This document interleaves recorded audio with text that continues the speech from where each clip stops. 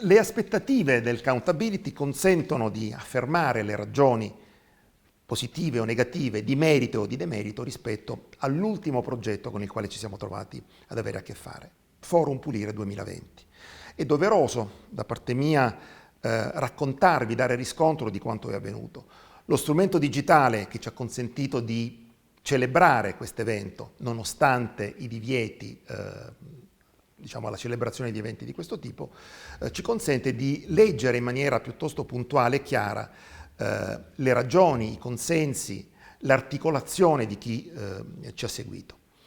Per incominciare possiamo dire che rispetto all'edizione 2018, che era un'edizione in presenza, in questa occasione abbiamo registrato un 45% di incremento sul numero dei partecipanti. Erano 502 nella scorsa edizione, sono 729 in questa.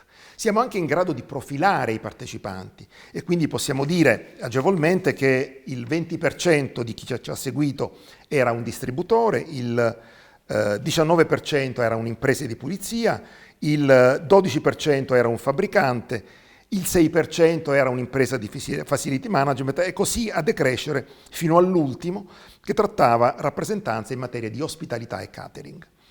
Un altro dato interessante è rappresentato dai nuovi paesi che hanno seguito il forum.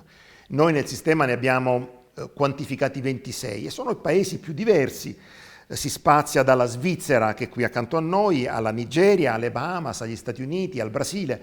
Quindi il fatto di aver immaginato una piattaforma digitale capace di accogliere e capace soprattutto di creare un contatto con paesi lontani ha certamente prodotto un esito positivo.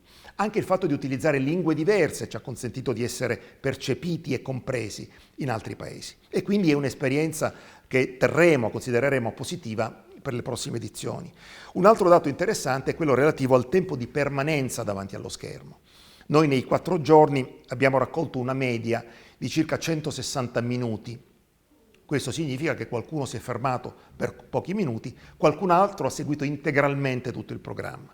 Posso dirvi, per esempio, nel caso di Dirk Beveridge, in cui si trattava di una lezione precisa, con contenuti precisi, il tempo di permanenza è stato piuttosto stabile. Ci sono stati 225 minuti nella media complessiva. Insomma, i dati sono tanti, ci vorrà un po' di tempo per riuscire a comprenderli nella loro essenza reale, ma insomma il dato finale è quello che finalmente abbiamo a che fare con un sistema di dati che ci consente di pianificare, di costruire un'edizione nuova in maniera ancora più precisa e più mirata. Io devo ringraziarvi per il risultato finale. 729 partecipanti sono un dato assolutamente incoraggiante. Nonostante io avessi aspettative più alte, il fatto di disporre di una piattaforma che non limitava in nessun modo la capacità di accesso, in qualche modo consentiva una partecipazione maggiore.